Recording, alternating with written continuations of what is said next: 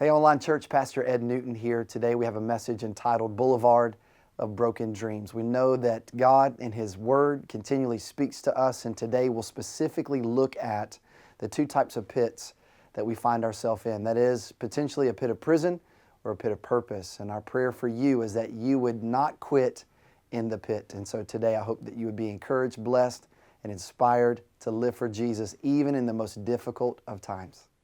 For those of you that have served in our armed forces or currently serving in our armed forces, would you stand so we could take this moment to say a word of thanks to you? Come on, church, let's take this to another level. Come on. These are the heroes. Wow. Remain standing for just a moment. We're thankful for you.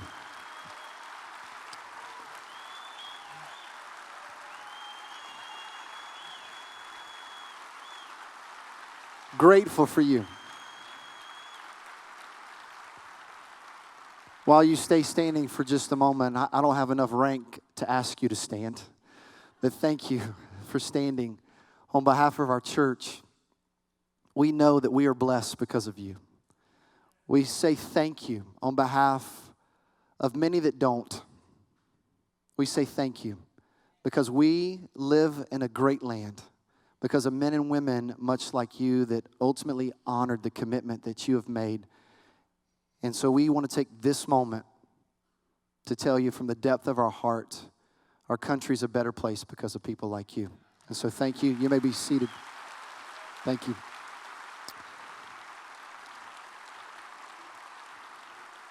I love it. Our prayer for our nation is God bless America. But I'd like to rephrase that today.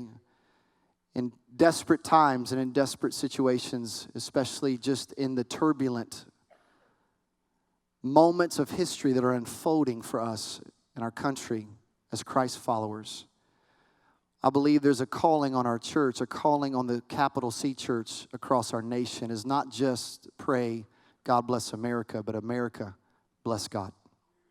Did you hear that today? America, bless God. Come back to what God has intended for our nation.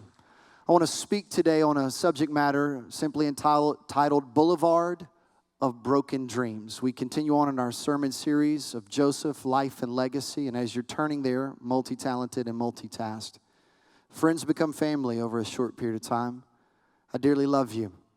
It's an honor to serve as the pastor of this church.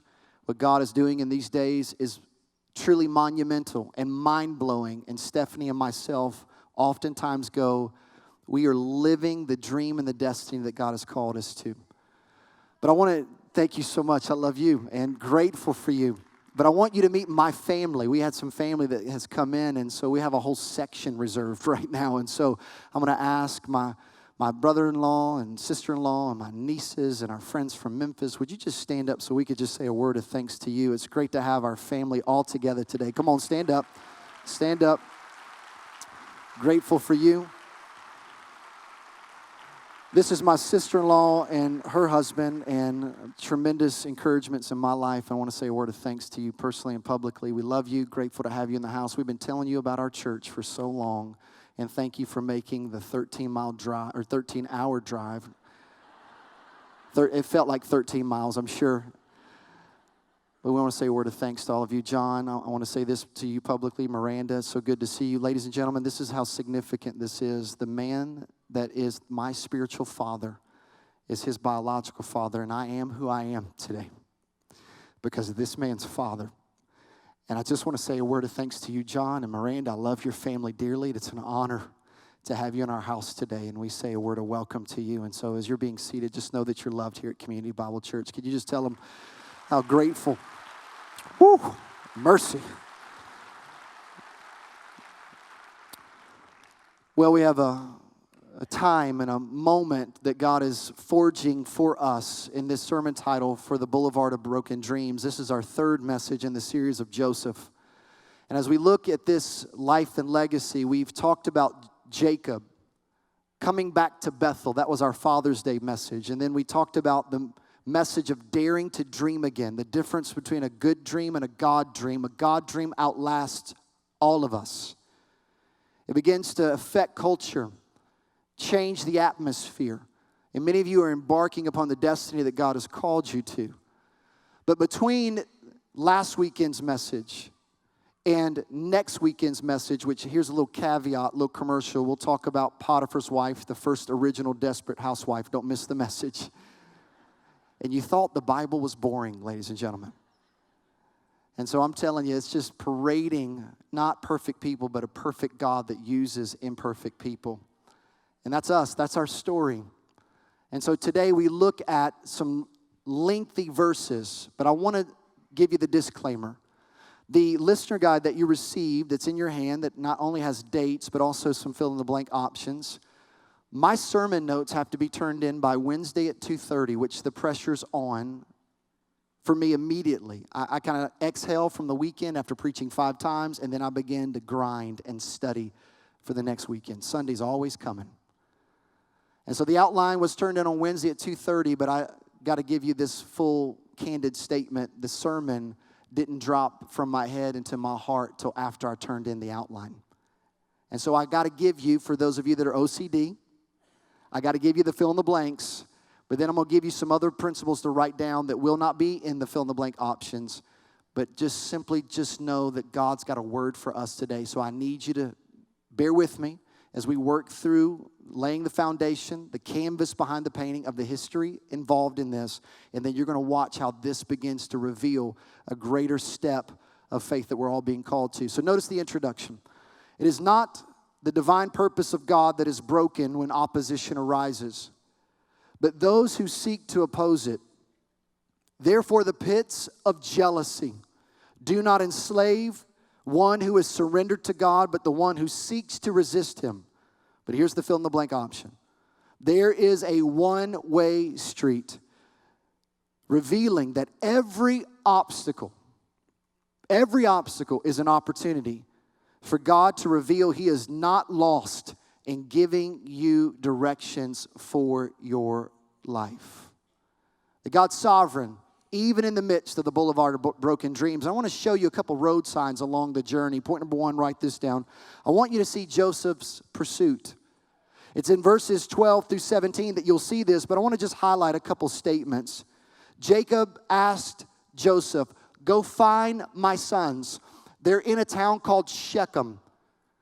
2 weekends ago, we talked about the gross immorality, the idolatry of Shechem, and the call of Jacob to take his family back to Bethel, the house of God. Never too late to go back to the house of God. But then Joseph receives the word as the head of the household, go check on my boys. And it reveals something quite interesting. You'll hear Joseph's heart, beginning in verse 13. Come, I will send you to them. And he said to his father, here I am. You'll see devotion, and now you'll see diligence. Notice in verse 17, and the man said, they have gone away. For I've heard them say, let us go to Dothan.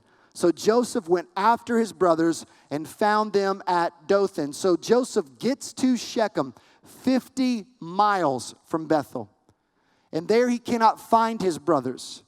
I believe many of us, after 50 inconvenient miles, at that moment would have said, box checked, I'm going back to the house. But we reveal to all of us, it's a revelation that Joseph's diligence and his devotion when he has an encounter with a mysterious man in the pasture, in the field. Have you seen my brothers? And he responds, Dothan. Now hang on to this principle. Now I'm laying a foundation here. The word Dothan means 2 pits or 2 wells. Now I need you to hang on to that. 2 pits, 2 wells. 65 miles in distance. But yet Joseph goes and finds them in Dothan. Point number 2, write this down. Not only do we see Joseph's pursuit, but now we see the brothers' plot. It's here in verse 18 that you'll see the downward spiral of how jealousy can cause us to actually, here's the concept, actually be the one in the pit. That is, metaphorically, Symbolically, we know that Joseph's about to be thrown into the pit, but when jealousy goes unchecked and is fully unleashed, you will find yourself in the pit, enslaved, and being held hostage against your covetousness and your longing for someone else's stuff. Here's the principle: just be you. You're a half version of somebody else. Just be you. And be content with what God has given us, realizing that we're not owners of anything but stewards of everything. And I want you to notice the downward progression. Notice this. In verse 18, when they saw him from afar, before he came near to them, they conspired against him to kill him. And notice this. Reuben intercedes after they want to kill Joseph. You'll notice in verse 22, and Reuben said to them, shed no blood, cast him into this pit here in the wilderness, but don't lay a hand on him. Verse 23, so when Joseph came to his brothers, they stripped him of his robe, the robe of many colors that he wore, and they took him and they cast him into the pit, and the pit was empty and there was no water in it. So we see the brothers plot, and notice the downward progression. They saw him, they conspired against him, they sought to kill him, they stripped him, they threw him, they ignored him, and they sold him. Now, principle number 3, while you still got your pens ready, we'll now see the Ishmaelites Profit. That is, there was a caravan traveling to Egypt. And it's there that now the brothers, who, by the way, it's Judah's idea to sell him for a profit. But you'll notice as I put into your listener guide, it's in Exodus 21, verse 32, that they don't sell their brother for the full slave trade amount, which, by the way, slavery at this time was legal, unfortunate, but legal. But they sell him for a discounted price of 20 shekels of silver, which is the price for a crippled slave. What were they saying to their brother? Though you, with the coat of many colors, are over us, we're actually over you, and we're going to put you under us because we're going to devalue you. Now, hang on to this. So we are seeing a couple concepts being laid out.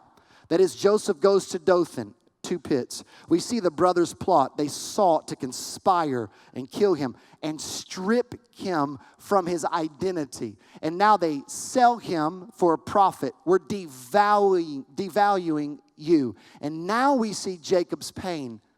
That Jacob, at this moment, says, I'll never forget him. It's in verse 34, verse 35. But he has come to the conclusion that Joseph is dead. It's here in verse 34 and 35. Jacob tears his garments, puts on a sackcloth on his loins, and mourned for his son many days.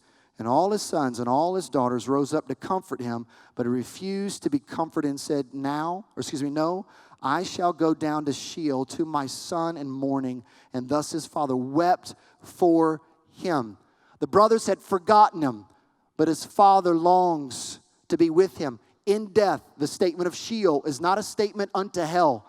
The statement is not unto eternal separation. The statement is, I will be reunited with him in the afterlife in regards to the doorway of death. Now that we've laid these foundations, now are you still with me this morning? Say amen. Now we've laid a foundation, and there have been these principles that I want to re-highlight. Dothan, 2 wells. Brothers plot. They stripped him of his identity. They sold him to the Ishmaelites. The Ishmaelites made a profit off of Joseph. He was supposed to be sold for 30 pieces of silver. They were able to save money and got him for 20. The brothers didn't care. Joseph was under their feet. And now Jacob's pain. My sons have forgotten him, but I'll forever remember him. Here's the concept. When I was in the Word this week, after I turned in the outline, I said, God, I need a word for our people. I dearly love these people. We need a word from you. I just don't want to impress them with historical knowledge. God, what's the word? And it hit me like a tidal wave. Your people are possibly in 2 pits. Dothan, 2 pits. It could be the pit of prison or the pit of purpose. And some of your people, Ed, are in a pit, and they need to hear this today.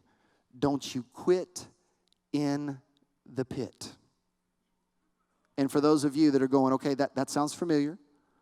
There's a book titled by Miss Crawford that wrote this book, Don't Quit in the Pit. But let me just add a little bit to this. In the words of the great theologian known as M.C. Hammer, don't you quit in the pit because you're too legit to quit. Are you with me? Don't make me. Don't make me. Come on, don't make me. Don't make me. I'm just telling you. Which, by the way, you're going, Ed, did you do that in all services? No, I had one of our sound guys. He said, Ed, let's take the wage to another level. He's owing me a lot of Dr. Pepper for that right there. I'm just telling you. He's like, you won't dance on stage. I was like, watch me. But here's what I'm saying to you. There's some people in this room that are in the pit, and the pit has restricted you from being all that God has called you to be because you're allowing your past to define you. Define you. And that unfortunate circumstance of the boulevard of broken dreams, you've allowed that to enslave you, hold you into bondage, and you've started listening and believing what people have said about you, and you're your own worst enemy. And so there's a pit that some of you are in, and I want to make this very clear. You didn't want to be in this pit, but somebody, much like the brothers of Joseph, pushed you in it. Some of you ended up in the pit because of your own choice, and you didn't see the pit, but you stepped in it.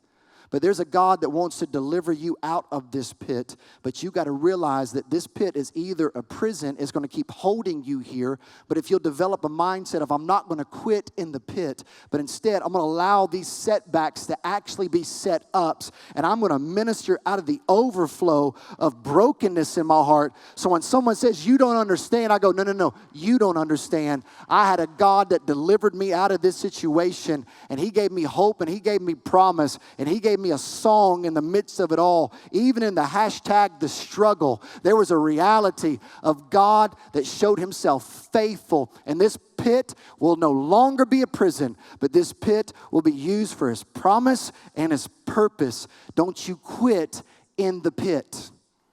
Come on, let's clap our hands and celebrate that. Don't you quit in the pit. So here's sermon 2, if it's all right, if I just kind of segue into the second sermon. There are 3 pits that some of you might be in today.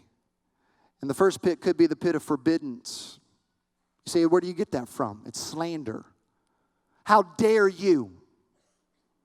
It's a statement of, who do you think you are? You got a dream and you got a destiny. It's not just a good dream, it's a God dream. And it doesn't mathematically add up, but God is saying, I need you to do this. And your response is like Joseph, here I am. And you got to stop listening to the criticism of people that say you can't do it, because you can do all things through Christ who strengthens you. Nothing can stop you. And those they'll seek to oppose you, may you understand that they are not your enemy. They're not your enemy. But you got to choose to not listen to the chatter. Let me give you a little illustration. Can I give us a little commercial break right now? Would it be okay? A little commercial break. The senior adult man was told by his beloved family, Grandpa, you got to get some hearing aids. We have to repeat ourselves over and over and over again. And so he heard it, but he chose to ignore it.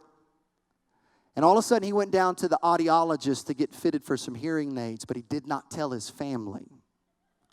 And so he gets fitted for some hearing aids, and all of a sudden, miraculously, he's now at a 80 to 90% hearing level, but he still does not tell his family.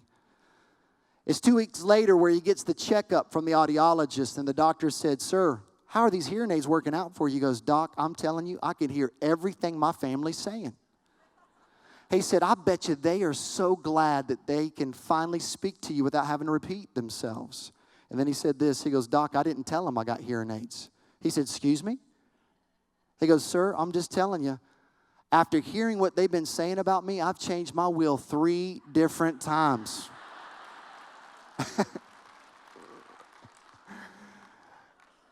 Some of you are in the pit of forbiddance. It's been slander, slander, slander, slander. I want to say this to you just prophetically.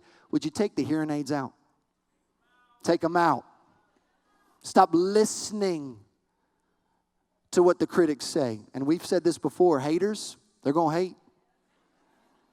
But if God placed a dream in you to fulfill his destiny, you don't quit in the pit, even if it feels as if it's the pit of forbiddance.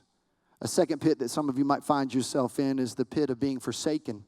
The pit of being forsaken. It's abuse. When the Bible says in Genesis 37, it says in verse 23, so when Joseph came to his brothers, they stripped him. That's not to derobe. That is to abuse. That is to stricken. That is to inflict pain and punishment. And when they stripped him, ladies and gentlemen, what they sought to do in that moment was to devalue him. They took from him something that was given to him. And I just need somebody in the house of God to hear me, not just with their ears, but with their heart. Many of you have been pushed into the pit of being forsaken. You've been abused, and somebody took something from you that was not theirs. And everything in you longs for justice, and justice will come. But I'm going to say this to you, and I need you to hear me today. Many of you are in the pit of a prison because of the fact of what somebody has done for you, done to you. And from that, you find yourself the victim. And I have the utmost compassion. But I need you to hear me. You got a choice to make today. Will you be the victim in the pit of your prison, or will you understand something that God doesn't want you to be the victim, but instead he wants you to be the victor? The victory. That this, one or two choices, I'm going to let this keep being my prison, or I'm going to let this not be my identity, but I'm going to understand I have value no matter what I've been through. That my God is for me, he's fighting for me, and everything in his plan and purpose will come to pass if I'll choose not to quit in the pit. Now, I need to give you this disclaimer because this story I'm about to share with you is going to cause you at some level to get a little nauseous. And at some moment, it's going to cause you to go, I cannot believe our pastor did that. So here we go. I picked my kids up from school while we were living in Orlando, and I was going to go to the Lowe's, which was right across the street. And as I was crossing 3 lanes of traffic to get to the median, to make a left-hand turn to get into the Lowe's, as I get to the median, it's there in that moment that I roll down the window because I see something in my peripheral vision. I see a bag, not paper, plastic, that's got money sticking out of it. So I just stopped right in that median, right there. My kids are like, Dad, what are you doing? I go, there's money in that bag. But as they rolled down the window, now listen to me, I'm in the middle of some major traffic. And I get out of my vehicle after putting it in park, and all of a sudden I kind of lean over it. And I could hear my kids, they roll down the window. They're very intrigued by what's happening here. And they're like, Dad, that's nasty. Because inside that plastic bag was some money. But also there was food, and it was caked into this, and it was disgusting, to be honest with you. And I began to go CSI on the scene, right there in the middle of traffic. And I went, how did this get here? And how has it been driven over? Nobody else wants this. And I began to realize something, and this is where I need you to hang with me. It's at that moment I realized that somebody was running some errands, got their change. Have you ever done this? They got their change and the receipt, and they put it in the bag. And while they were driving, they got car sick. Now, some of you at this moment are going, Ed, we're no longer friends. We're no longer friends. And some of you are going, that's my boy right there. That's my boy right there. And this was vomit in the bag. Hang with me. So I reach carefully. I get... Oh, don't judge. Don't judge.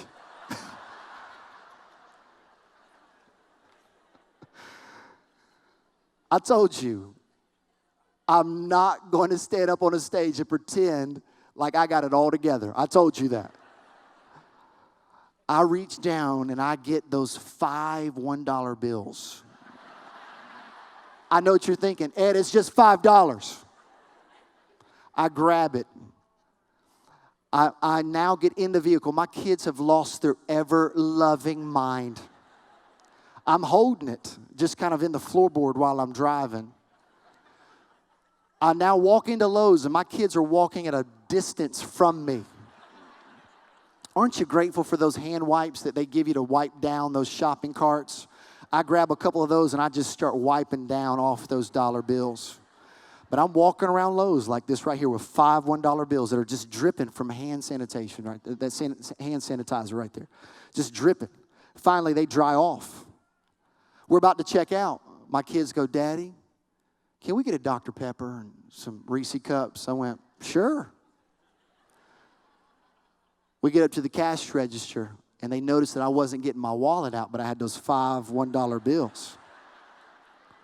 And I laid them down, and the gentleman behind the counter said, Sir, are those dollar bills okay? I said, they're clean, 100% clean. Because I've wiped them down with that hand sanitizer.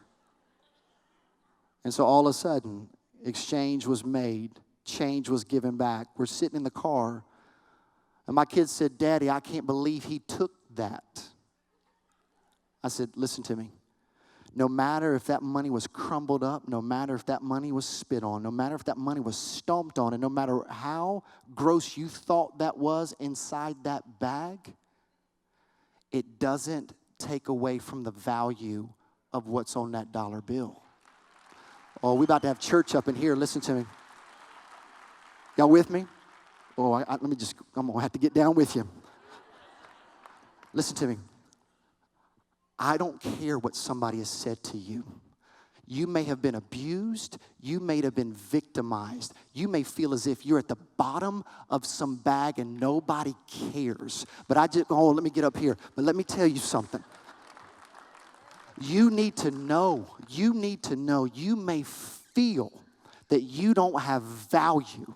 But I want you to understand you were bought. Come on, five me right now. You were bought with the price of the precious blood of Jesus. And nothing and no one. Oh, I got to get to running. No one can take your value from you. No one can take it from you. So you walk in that identity that God has given you. And you recognize the value that God has spoken into you. And you choose to come out of that pit of being forsaken. And don't you quit in the pit. Why? Because it's hammer time, ladies and gentlemen. It's hammer time. You're too legit. You got value. They could try to take stuff from you, but they can't take your value. Somebody needs to hear that today. Let me tell you why.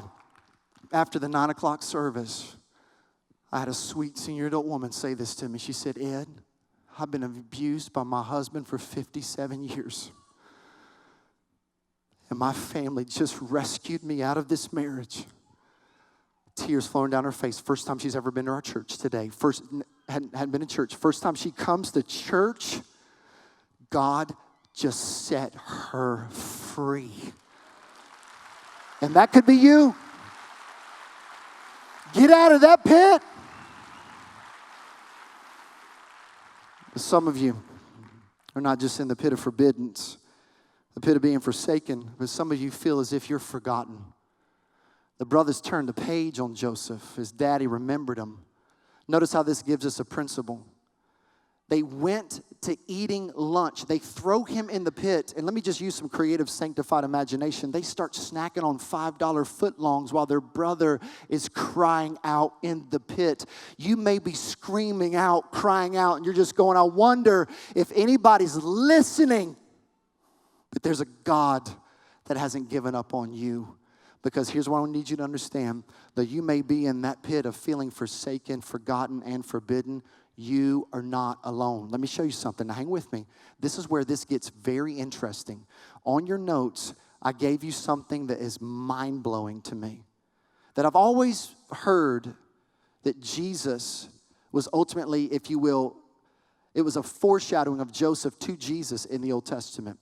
But it's here that I began to just kind of put some pieces together. Notice the irony. Notice the connection. Joseph was pleasing to his father. What did he say? Here I am. What did Jesus say? Not my will, but thine be done. Jesus was betrayed by his disciples. What was the one who betrayed him? His name?